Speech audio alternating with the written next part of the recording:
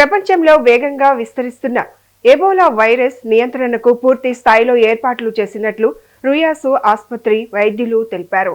ఐసోలేషన్తో పాటు 16 పడకలు సిద్ధం చేసినట్లు వెల్లడించారు. పూర్తి వివరాలు మా ప్రతినిధి హరిబాబు అందిస్తారు. ప్రపంచ ఆరోగ్య సంస్థ ఎబోలా వైరస్ పెద్ద ఎత్తున వ్యాప్తి చెందుతుంది కాబట్టి దీనికి సంబంధించి పూర్తి స్థాయిలో అప్రమత్తంగా ఉండాలని ఆదేశాలు జారీ చేసే నేపథ్యంలో రాష్ట్ర కేంద్ర ప్రభుత్వాలు కూడా అప్రమత్తమై ఎక్కడికక్కడ ఎబోలా కేసులు దేశంలో ప్రవేశించకుండా కూడా పూర్తి స్థాయిలో చర్యలు చేపట్టి అందులో భాగంగా తిరుపతి యంత్రాంగం కూడా అందుకు తగ్గట్టుగా తిరుపతి రుయా ఆసుపత్రిలో ప్రత్యేకంగా ఏర్పాట్లు చేశారు. మనతో పాటు ఈ విభాగానికి సంబంధించినటువంటి డాక్టర్లు ఉన్నారు. తొలిసారి ఆయన అడిగి పూర్తి వివరాలు తెలుసుకునే ప్రయత్నం చేద్దాం. సార్, ప్రధానంగా ఎబోలా వైరస్ అంటే ఎలా ఉంటుంది, ఎలాంటి లక్షణాలు ఉంటాయి, ఎలాంటి చర్యలు చేపట్టాలి సార్? అండి, ఎబోలా వైరస్ అంటే మనము కొత్తగా దీని గురించి ఏం లేదు. ఇది మామూలు వైరల్ ఫీవర్ లాగానే ఉంటుంది. మనకు వచ్చే లక్షణాలు కూడా అవే ఉంటాయి. జబ్బు లక్షణాలు, కీళ్ళ నొప్పులు, ఒళ్ళు నొప్పులు, దగ్గు, జలుబు. మెయిన్ ఇది దగ్గు, జలుబు, థ్రోట్ పెయిన్, గొంతు నొప్పి ఇట్లా వాటితోనే వస్తుందండి. మనం కానీ దాన్ని సరిగా మొదటి దశలో కనుక్కోకుండా స్ప్రెడ్ అయిపోయి బాడీ అంతా స్ప్రెడ్ అయిపోయినప్పుడు అదర్ వైరల్ ఫీవర్స్ లాగానే ఇది కూడా బాడీలో డ్యామేజ్ చేస్తుందండి. లివరు, ప్లేట్లెట్స్ తగ్గిపోవడం, టోటల్ కౌంట్ తగ్గిపోవడం, బ్లీడింగ్ రావడం ఇట్లాంటి జరుగుతుందండి. మోస్ట్ ఆఫ్ ద కేసెస్ అంటే నెంబర్ ఆఫ్ కేసెస్లో సింపుల్గానే ఉంటుందండి. మనము ఇట్లా సిమ్టమ్స్ ఏమున్నప్పుడు అర్లీగా జాగ్రత్త పడడం అనేది ఇంపార్టెంట్ అండి. దీంట్లో ఈ జబ్బు అనేది మనకు ఇంతవరకు ఇండియాలో రిపోర్ట్ చేయలేదు. మనము ఇంతవరకు అన్ని ల్యాబుల్లో టెస్ట్ చేసినా, లాస్ట్ 4 years బ్యాక్ టెస్ట్ చేసినా కూడా రాలేదు.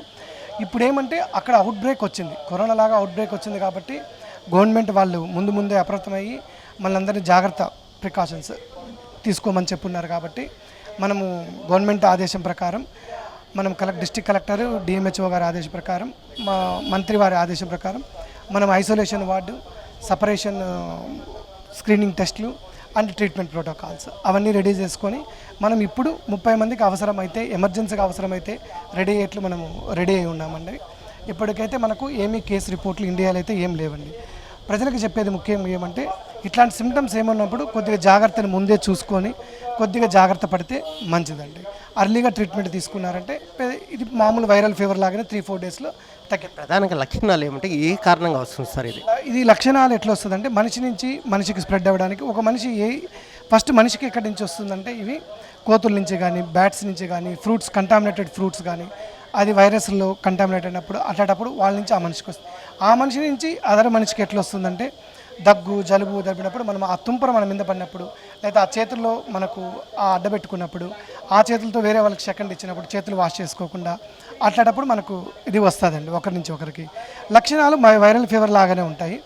బాడీ పెయిన్స్, ఇంతకుముందు చెప్పినట్టు జాయింట్ పెయిన్స్, ఒళ్ళు నొప్పులు, కీళ్ళ నొప్పులు ఇట్లే ఉంటాయండి. సివియర్ అయితే అప్పుడు సిమ్టమ్స్ లక్షణాలు మారే ఛాన్స్ ఉంటున్నాయండి. అయితే ప్రధానంగా దీనికి సంబంధించి కూడా ఇప్పటికే తిరుపతి రుయా ఆసుపత్రిలోని ఐడిహెచ్వి వార్డులో ఒకప్పుడు కరోనా కోసం ప్రత్యేకంగా ఈ వార్డుని ఏర్పాటు చేయడం జరిగింది. దాంట్లోనే ఇప్పుడు ప్రస్తుతం ఎబోలాకు సంబంధించిన స్క్రీనింగ్ సెంటర్, అలాగే ఎవరైతే రోగులు ఎవరన్నా వస్తే వాళ్ళకి ఇక్కడ చికిత్స అందించే కూడా పూర్తి స్థాయిలో ఏర్పాట్లు చేశారు. 16 బెడ్లని ప్రస్తుతం అధికారులు అందుబాటులోకి తీసుకొచ్చారు. అదేవిధంగా తిరుపతి ఎయిర్పోర్ట్, రైల్వే స్టేషన్ సంబంధించి కూడా పూర్తి స్థాయిలో అలర్ట్లు ఇవ్వడం జరిగింది. ఎవరైనా సరే విదేశాల నుంచి వచ్చారంటే వాళ్ళని తక్షణం స్క్రీనింగ్ చేయడం, ఏదైనా వ్యాధి లక్షణాలు ఉన్నాయంటే వాళ్ళని గుర్తించి ఆసుపత్రికి పంపించడం, ఐసోలేషన్ చేయడం, లేదంటే ఆసుపత్రిలో ఉంచుకుని వారిని వైద్య పరీక్షలు పూర్తి స్థాయిలో నిర్వహించిన తర్వాతనే వాళ్ళని బయటికి తీసుకొచ్చే పరిస్థితి అయితే ప్రస్తుతం కనిపిస్తున్న నేపథ్యంలో తిరుపతిలో కూడా అధికారులు పూర్తి స్థాయిలో అప్రమత్తమయ్యారు. ఎందుకంటే తిరుమల శ్రీవారి దర్శనానికి పెద్ద ఎత్తున భక్తులు వస్తుంటారు కాబట్టి ఆ భక్తుల ద్వారా ఈ వ్యాధి ప్రబలే అవకాశం ఉంటుంది. కాబట్టి దానికి సంబంధించి కూడా పూర్తి స్థాయిలో చర్యలు తీసుకోవాల్సిన అప్రమత్తత అవసరం ఉంది. కాబట్టి వ్యాధి నివారణకు సంబంధించి కూడా అధికారులు ఇప్పటికే పూర్తి స్థాయిలో చర్యలు చేసుకున్నట్టు కూడా మనకు అధికారులు చెప్తున్న పరిస్థితి కనిపిస్తుంది. ఈ ప్రస్తుతం తిరుపతి రుయా ఆసుపత్రి నుంచి రిపోర్టర్ హరిబాబు.